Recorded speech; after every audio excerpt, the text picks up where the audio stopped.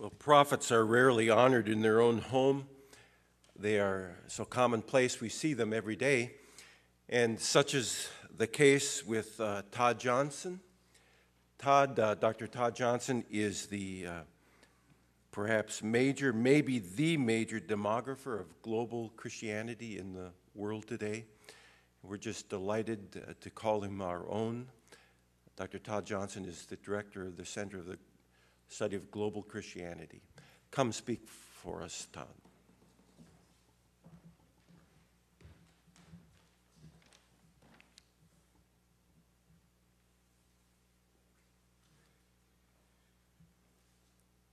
Okay, great.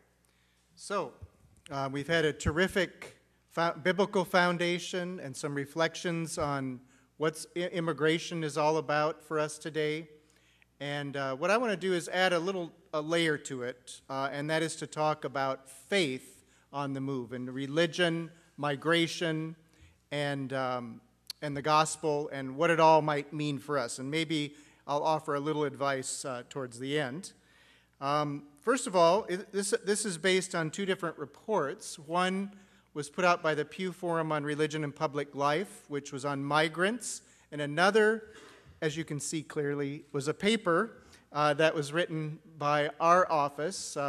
My graduate student Gina and I wrote this paper and presented it in Toronto last year, where I met with Danny Carroll, by the way. We had a wonderful time together there.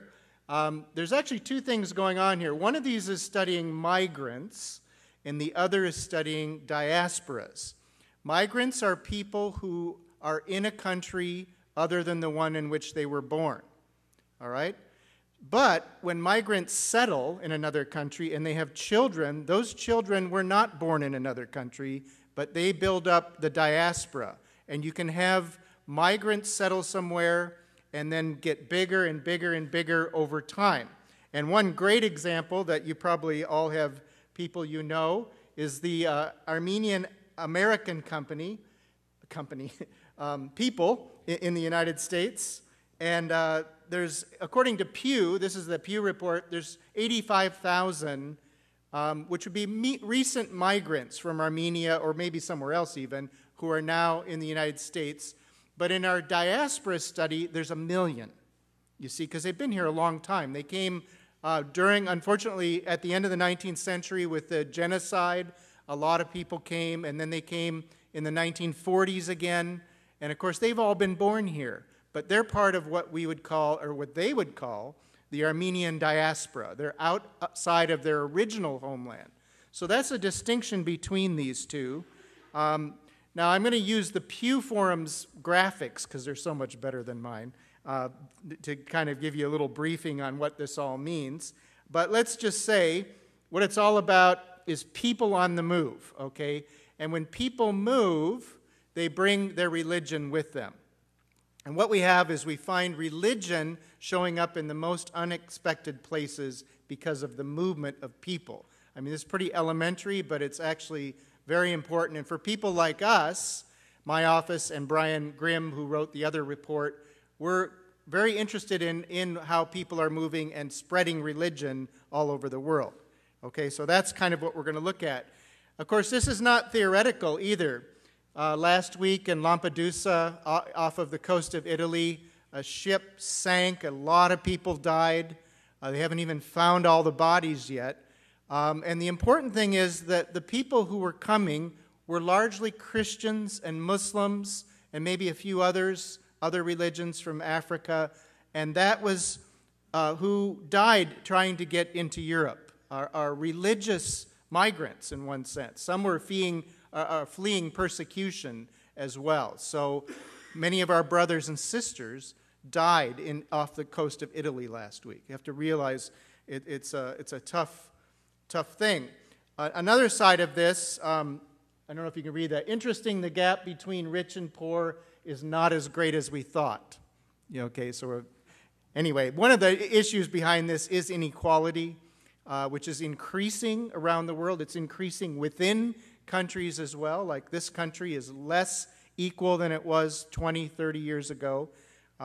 Should be of great concern to Christians. Let's hope so, especially after Danny prodded us a little bit that this might go all the way back into the Old Testament and make more sense for us. Okay, so let's talk about the Pew Forum report just to start here. One of their main findings is this, that about 214 million people are living outside of their home of birth in 2010, about 3% of the world's population. That's a lot of people, and it's grown obviously in number over the years. I might say that 100 years ago, I think about 12 or 13% of the world's population was living outside of its homeland. So this is not the greatest migration in history, but it is a lot of people, and it is increasing, so it needs our attention. What's interesting from a religion point of view is the fact that half of these migrants are Christians, okay? And now you have to put this in context. About a third of the world's population is Christian, but half of the migrants are Christians. So this is something that is a phenomenon within our global Christian community. That's one aspect of it. Muslims also are disproportionately large. About 27% in this study are on the move, and they're closer to 23, 24% of the world's population. So that means they're disproportionately. And between us, we make up, you can see from this graph, we make up about 3/4 of the world's migrants, but only 55% of the world's population. So we'll get to that. That's something about that. Of course, Jews are the most widely dispersed of any people, and this is not diaspora, this is people currently on the move, and a lot of them are from Russia and Ukraine, you might remember, in more recent years. The Jewish diaspora is even more significant, of course, since the majority of Jews live outside of Israel, okay, today. Okay, so where are these people from? Here's a nice little map showing the origin. The main origin of Christian migrants is Mexico, more than 12 million. Others include Russia. Russian Christians have been on the move, Ukrainian.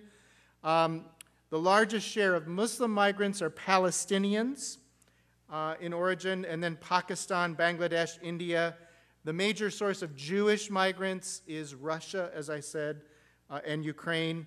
The top country of origin, this is where they're coming from, Buddhist is Vietnam, followed by China. Hindus, of course, have overwhelmingly come from India. By the way, if you just type Faith on the Move Pew Forum, you can download this entire report free of charge. Okay, so just in case you want to look at these later, they're available for you. They also did one of these representative maps. Migrants come from everywhere, of course, but the largest single share, about a third, come from the Asia-Pacific region. Second largest group come from Europe, but that's largely people moving from one European country to another, because all you have to do is move to another country. If we all got up and moved to Canada, we're migrants, okay? You don't have to move very far, necessarily. Then Latin America and Caribbean are the next highest source of migrants. Then where do migrants go?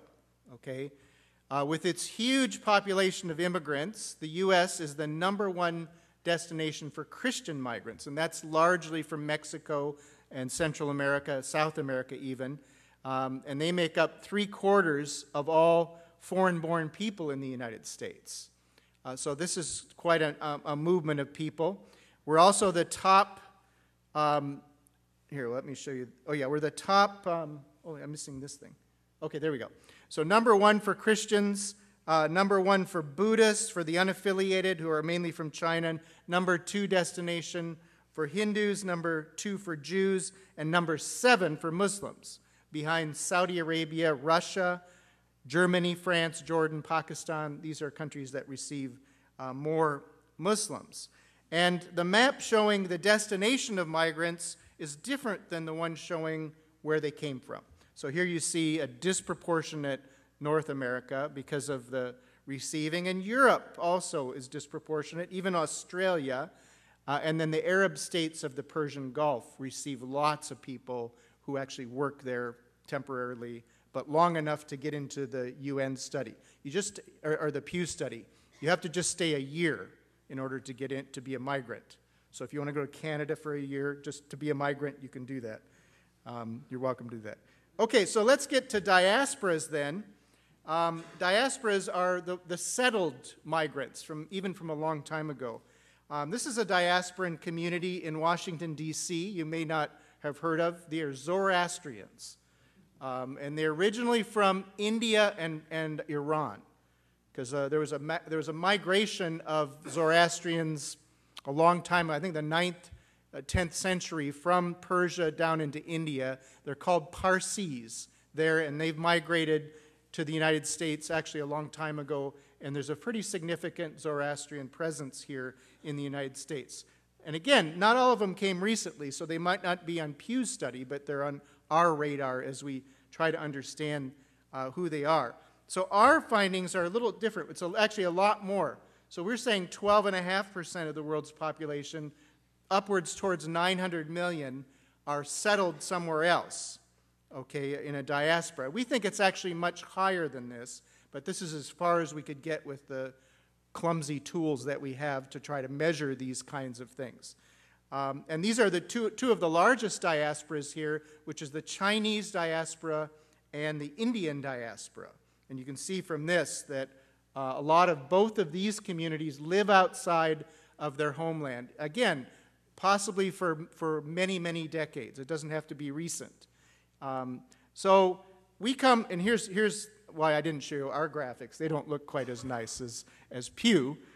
But actually the results are similar, and that is that Christians and Muslims are disproportionately represented in diaspora, which means, well, here, how about making a nice little straightforward thing? 55% of the world's population, 73% of all people in diaspora are Christian or Muslim. And so it's very similar to the Pew study. In fact, Pew's showing that it's actually going to be increasing because the proportions are even higher, and that'll drive the diaspora proportions up over time. Okay? So these are kind of the basic facts. And just to throw this in, Christians and Muslims together were only a third of the world's population in 1800. They've been growing. They'll be 57% probably in 2020, and that's a 66% there in 2100. And if you think about it, what that means is in 1800, these two religions were a third of the world's population. In 2100, they'll be 2/3 of the world's population. I want to highlight that a little later. That's quite important. If you were there last night, you know that this is not all happy news, this movement of people.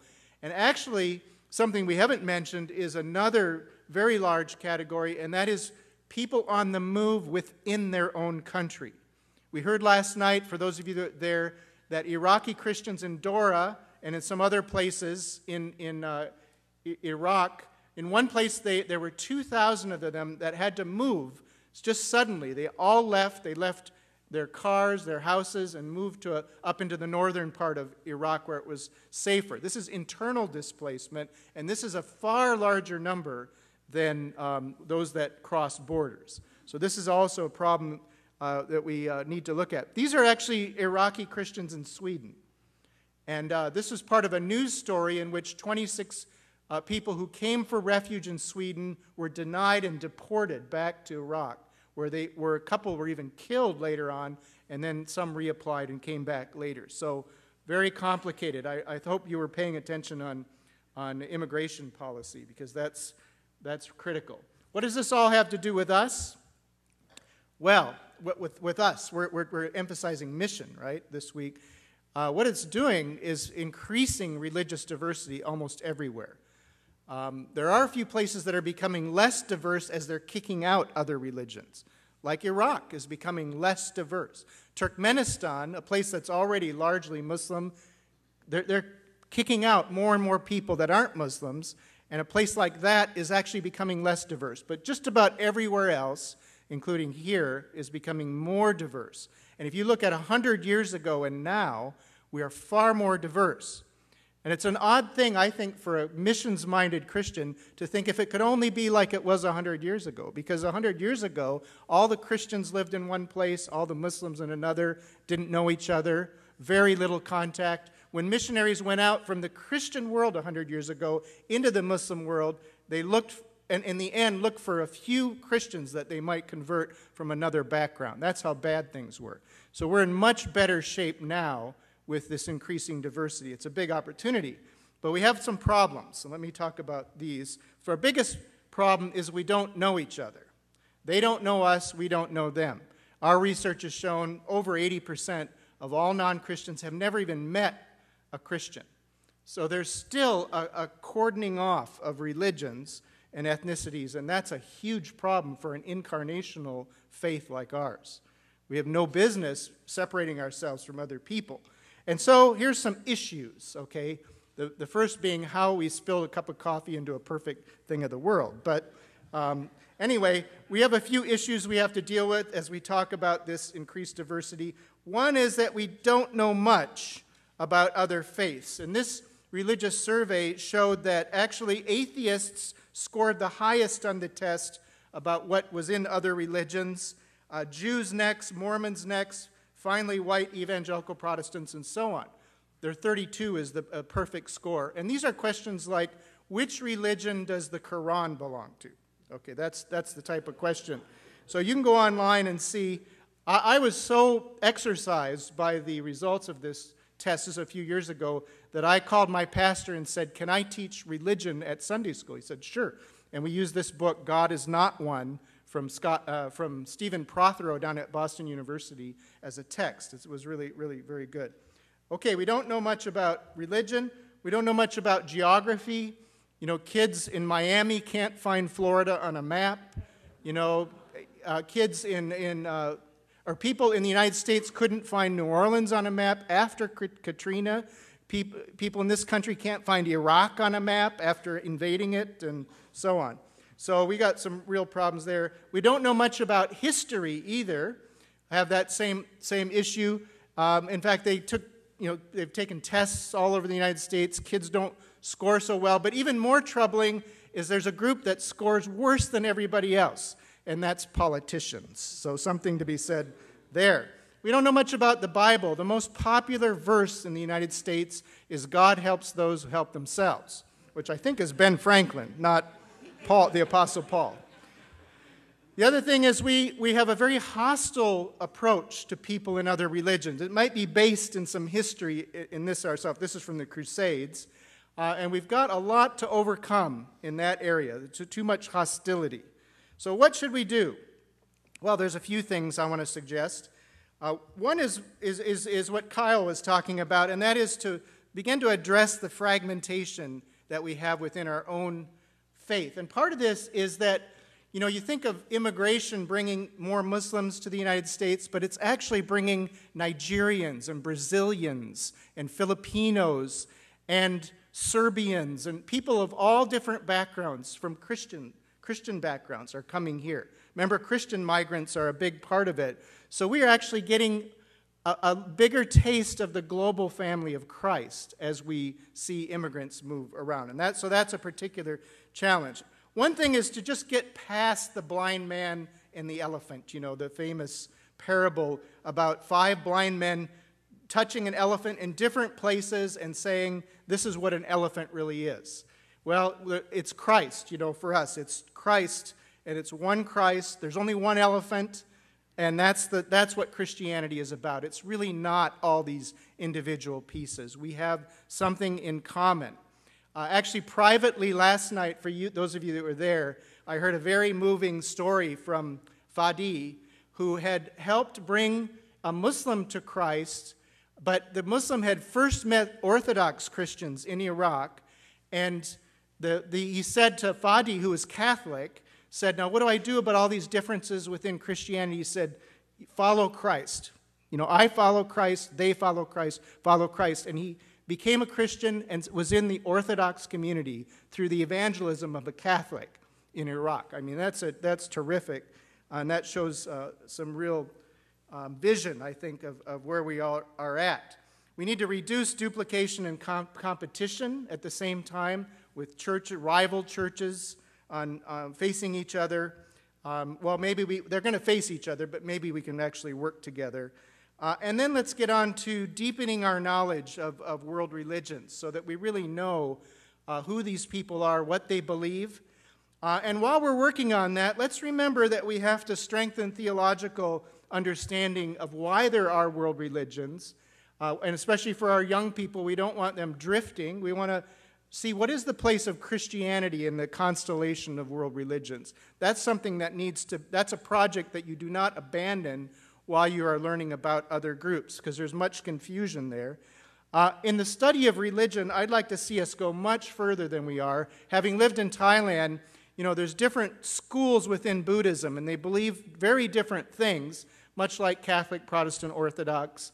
And we need to study those schools. We shouldn't just know this is what Buddhists believe. That is actually not all that helpful. There's more depth there that's quite important as we think about these people as friends in particular. And there's some real small religions that are very important, like the Baha'i. This is their headquarters in Haifa in Israel. They're a very successful group around the world. There's only about 7 million, but they're in more countries than any religion except Christianity. And it's only a couple countries that they don't have, and one is the Vatican. So that's why we got a little bit more going there. And then finally, or not finally, but next to finally, or next to finally, we need to empower Christians to interact in these diverse communities. And I was thinking, I was in Manila a few weeks ago, and I was talking about this, and it just occurred to me that we really ought to listen to the people who are growing up, the Christians who are growing up in these communities. Now, we have a bit of diversity in the United States, but we still have post-Christendom trauma that we deal with all the time, thinking that everybody should be a Christian and nothing else. So why not let the people in Singapore write the books on interreligious dialogue and how we get along, because they've grown up in it all of their lives. And so I think that's something to think about, is there's people who have a lot more to say about this, and yet most of the books are written here where there's still some confusion about what this is all about. And I'd like to make an appeal that we also really give some attention to Christian-Muslim relations, because these are two religions that are now growing up to 2/3 of the world's population. This is one of the most critical relations we have related to faith on the move. Both of our faiths are on the move more than they should be, perhaps, and that's going to put us in increasing contact. There's a lot of reasons why that's going to happen. So let's give special attention to improving Christian-Muslim relations. And then finally, let's learn civility. And that's not something you learn when everybody is just like you. You start to learn this when there's a lot of difference. And personally, I've had just a terrific opportunity here in Boston to work with the Jewish and Muslim community, meeting regular basis. We're sponsoring meetings on what can we do about Baha'is in Iran and Christians in Egypt and Jews who are persecuted in other places. So we've gotten together, we found some common ground, and we're actually going to continue to sponsor meetings together. And I found myself, I'll just close with this, I found myself a couple of months ago being invited to a Jewish fundraiser down at a nice hotel in Boston, and they asked me if I could say a few words about working as a Christian, working with Jews.